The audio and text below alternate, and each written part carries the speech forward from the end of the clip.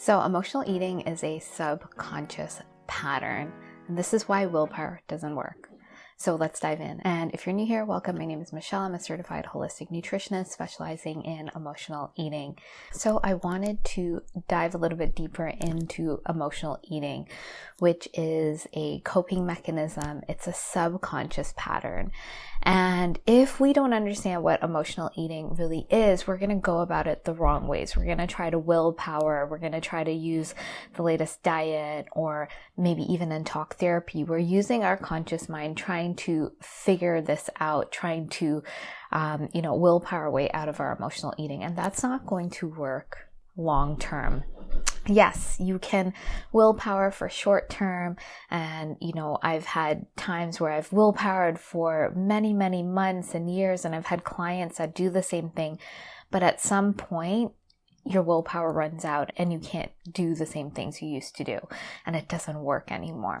So emotional eating is a coping mechanism. A coping mechanism is something that we do in order to cope with life, to cope with stress when we can't get our needs met. It's not a great way of living. It's a survival mode. So we do this to survive, to feel okay. So with emotional eating, we are using food to soothe ourselves. We're using food to comfort ourselves, to numb out of the uncomfortable emotions that are coming up because we don't know how to move through them. We don't know how to meet our deeper needs. And this is a pattern that would have happened in childhood. So in childhood, we need our parents or caregivers to model to us how to move through discomfort, distress, how to move through uncomfortable emotions, how to process them, and how to get to the other side in a really resourced way. And so if you look around in our society, most people are not like this. We don't know what to do with emotions. We think if we can be stoic or not have emotions or not do anything or sort of bypass them, that's going to help us. And so what we really need to do is to learn how to move through emotions. Emotions are so important. They give us information about our life, about our world. And so as we are children and we don't have these needs met, maybe our parents or caregivers, they had their own addictive patterns with food, or they dismissed their emotions, or they shamed us for our emotions, or we felt shamed for our emotions, or there wasn't space to be attuned to. And so food becomes this really easy pathway to coping because food gives us a dopamine kick. It can numb and soothe us. It can kind of calm our body temporarily. So it's a band-aid. And so it kind of covers up that pain temporarily. And so over time, as life becomes more stressful or as we don't deal with what's really going on, the emotional eating can come in waves and we start going to it. And the reason this is happening is that it is triggered by stress and discomfort that we might not be aware of. Over time, because this pattern is happening so often, it becomes automatic. It becomes subconscious. So emotional eating is a subconscious pattern that's triggered by certain things. And so when it's subconscious, that means it's running automatically. Just as I'm sitting here and my heart is beating, or my lungs I'm breathing in, or when you learn to drive a car and you notice you get from point A to B and you don't realize how you got there, you're not even aware. That's your subconscious mind. And what happens is this pattern, it just becomes automatic. You're doing the actions. It's in the body.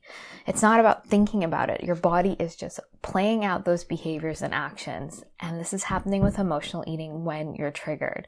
So when you see yourself consciously, there's two different minds at work. You have your conscious mind, your subconscious.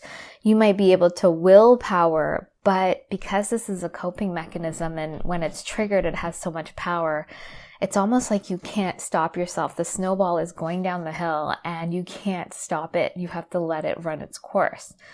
And so you're not going to try to stop the snowball halfway down the hill. You're going to let it run its course and then you're going to think, how am I going to work with this in future so it doesn't get away from me? And so when you understand emotional eating as a subconscious pattern, you have to work with it in a different way.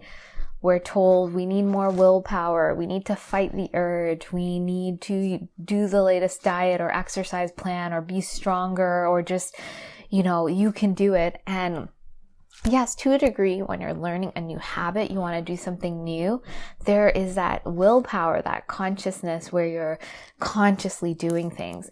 But with emotional eating, there's something in the way when you're triggered. If you don't know how to be with and meet your deeper needs, move through your emotions, you're fighting an uphill battle. So you have to resolve what's going on. You have to actually meet those needs to stop that snowball running down the hill and to recognize it. And so how do we start doing that? Well, we need a process. We need to, first of all, understand what emotional eating is. We have to start recognizing when we're emotionally eating. What are our particular triggers? And so when I'm working with clients inside of the Emotional Eating Evolution program, that's what we're doing. We're looking at their patterns around food when they're triggered. We're starting to discern true from emotional hunger. We're starting to see how true hunger feels in the body versus emotional hunger. So we can catch when we're triggered. We might not know exactly what triggered us because it can be so fast. It might be a trigger from 3 days before, but we're gathering information. And this is going to help us see the pattern really clearly.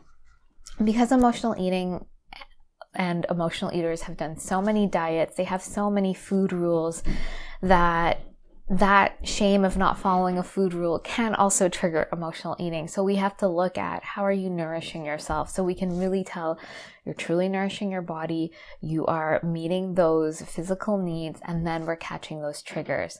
And then it's the same around our body. So emotional eaters also tend to feel like they shame themselves around their body because they're in diet culture. They want to look a certain way. And that shame, that chasing that body, and when they don't have it, that shame also triggers emotional eating. So we're learning how to be with food, be with our body. We have to start having these practices around nourishing our body, about having body acceptance, so we can really see the triggers that are making us go into emotional eating, which then spirals us again. And so to underlie all of this, if we have this pattern, we also need to know how to be with our emotions. We have to find those triggers and find the way that give to ourselves what we didn't have, that modeling around our emotions and meeting those deeper needs. And so this is a big piece. When we find those triggers, we're going into the roots and resolving what created this pattern. We're going in and giving ourselves those emotional needs that we didn't have, that attunement, that compassion, that care, and processing this in the body. We need to move it through the body because that's where the pattern lives. It doesn't live in our mind. And so right now I'm talking to you, I'm giving you food for thought. I'm giving you an awareness, and you can use your conscious mind to say, aha, there's something here I need to look at. I need to take this into consideration. And then we need specific tools and processes to get us out of the conscious mind, or take that conscious mind into the body, where we can start doing the work on this pattern, start giving ourselves what we actually need. Because when we can meet our true needs, there's such a distinction between using food to soothe and meeting our true needs that we're going to know that food cannot be a band-aid. So for me personally, it's been over 10 years since I've emotionally eaten. And even if I have a stressful day or a discomfort, life is going crazy, and I want to reach for something, I know it's not going to do anything. I'm going to still feel that discomfort and agitation in my body.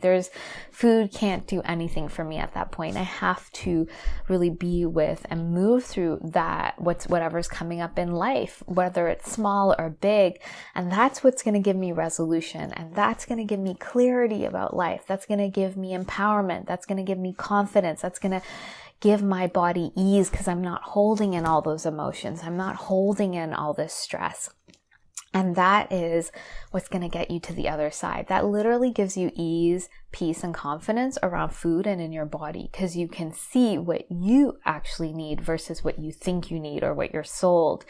So when we start off on this journey with emotional eating, we think something's wrong with us. We're out of control. I was there too. I feel broken. And so I have to fix myself. So, okay, I feel broken around food and I feel broken around my body. Like I'm overeating. I don't feel good in my body. Okay, let's fix that. Let's control food. Let's control the body. And then we miss the piece about emotions, and we don't see how it's tied in, and that, we're just running on trying to fit into a mold externally when there's so much more going under the surface. And so emotional eating really is the tip of the iceberg. We have to go deeper, and it's almost like the willpower is the tip of the iceberg. It has 5% power, our conscious mind, and our subconscious mind has 95% power. That's where our emotional eating lives. That's the amount of power it has. So we have to dive in there and start working with it. And this is how we get sustainable change. This is how we get to the other side of our emotional eating. So I hope this video has made it clearer about emotional eating. It's a subconscious pattern. It lives in the body. And we need to start working with it on that level. And if you want to get started on this journey, you want to start resolving your emotional eating with tangible steps. The first place I send clients and I want to send you is to learn to discern true from emotional hunger and start catching your triggers. So I have a free guide called What Are You Truly Hungry For? You can find the link below. And if you want to dive in deeper, you're ready to resolve your emotional eating, you want that support and guidance and that step-by-step process and the in-depth tools, then I invite you to find out more about the Emotional Eating Evolution Program. This is my 12-week container full of support and guidance, the whole process to get you to ease, peace, and confidence around food and in your body in a sustainable way. So if you want to find out more, you can find out more at the link below. Thank you so much for watching. Please be sure to like and subscribe, and I look forward to sharing more with you, and I hope you have a great day.